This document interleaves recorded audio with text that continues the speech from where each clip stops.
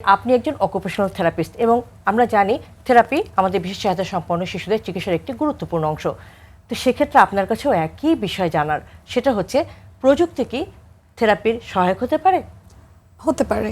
যেহেতু বাচ্চাগুলো hyper activity থাকে এবং তারা জানি যে সেন্সরি ইস্যু থাকে তাদের কিছু, তার কালারের প্রতি, তার সাউন্ডের প্রতি, তো আমরা হয়তোবা যে বাচ্চা অনেক বেশি হাইপার অ্যাক্টিভ তাকে হচ্ছে স্লো মিউজিক কিংবা একটা লাইট একটা রুমের মধ্যে রাখতে পারি স্ক্রিনের মাধ্যমে।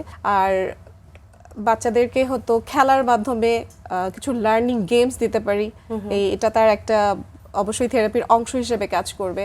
আমি ভার্চুয়াল রিয়েলিটির কথা বলেছি, সেটা তাকে হেল্প করবে তার ফিজিক্যাল অ্যান্ড মেন্টাল ডেভেলপমেন্টের জন্য। এবং সবচেয়ে ইম্পর্টেন্ট হচ্ছে একজন অকুপেশনাল থেরাপিস্ট হিসেবে তার অ্যাসেস করতে হবে যে কতটুকু সময় সে দেখছে এবং আমার টার্গেট কতটুকু, যে এই মাসের মধ্যে আমরা এইটুকু কমাবো, আস্তে আস্তে কতটুকু কমাবো। এবং ইম্পর্টেন্টলি হচ্ছে একটা বাচ্চা যখন স্ক্রিনে অনেক বেশি আসক্ত হয়ে যাচ্ছে তার, বা আমি যদি টাইমও সেট করে দিই যে 1 ঘন্টা সে দেখবে এই সারাদিনে, কিন্তু ওই 1 ঘন্টা তার শরীরটা কী অবস্থানে থাকবে সেটাও আমাকে দেখতে হবে। এটা আমাদের একটা সাবজেক্ট আছে আর্গোনমিক্স, তার পশ্চারটাকে দেখতে হবে যে বাচ্চাটার পজিশন কি, সে স্ক্রিনের উপর দেখতে দেখতে তার শরীরের কি ক্ষতি করছে কিনা।